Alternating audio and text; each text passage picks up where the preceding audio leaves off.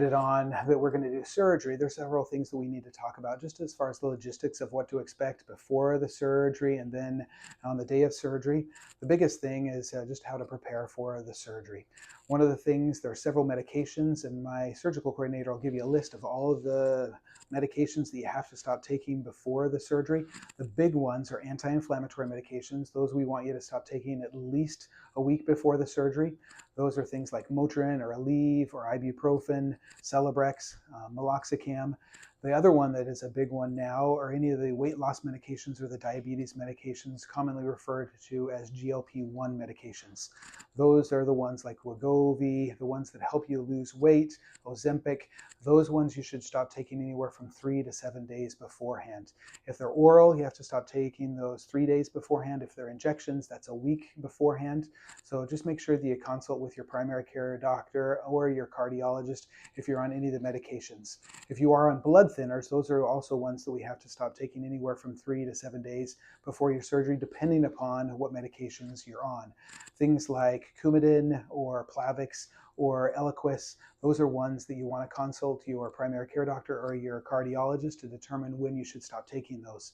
In individuals that the cardiologist says that you absolutely have to take, that it's too much of a risk to stop taking those, then we might have to admit you to the hospital the day before or 3 days before in order to do what's called a bridge.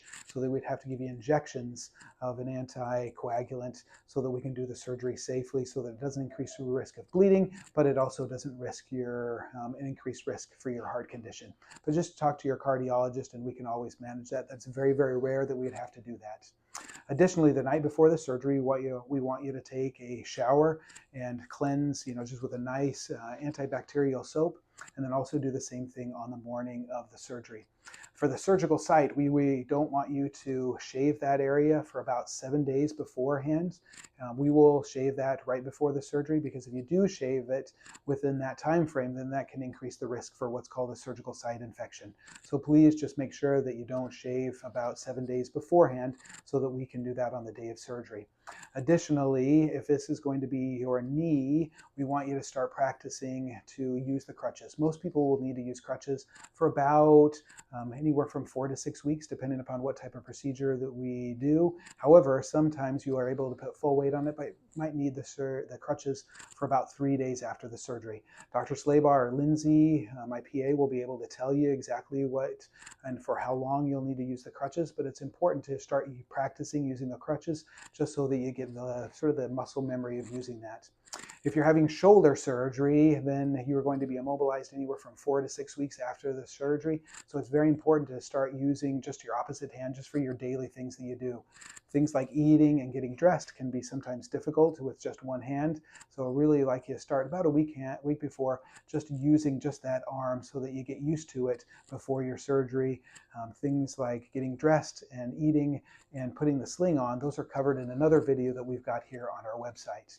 Those are the major things, but there's going to be a large packet that my surgical coordinator will give you that will go through all the logistics of what to expect before and then during and then also after the surgery. We will give you a physical therapy referral and also what's called a physical therapy protocol. That is what you want to give to the physical therapist. Typically, we'll start physical therapy anywhere from 3 days after the surgery, and that's usually for knees, and then usually about 2 to 3 weeks after the shoulder surgery for individuals that are having shoulder surgery. Those, just ask Dr. Slabaugh, his PA, about when you should start physical therapy. Those are the major things that most patients ask, but if there's anything that this doesn't cover, you can always ask the PA or Dr. Slabaugh during your physical examination and your preoperative evaluation.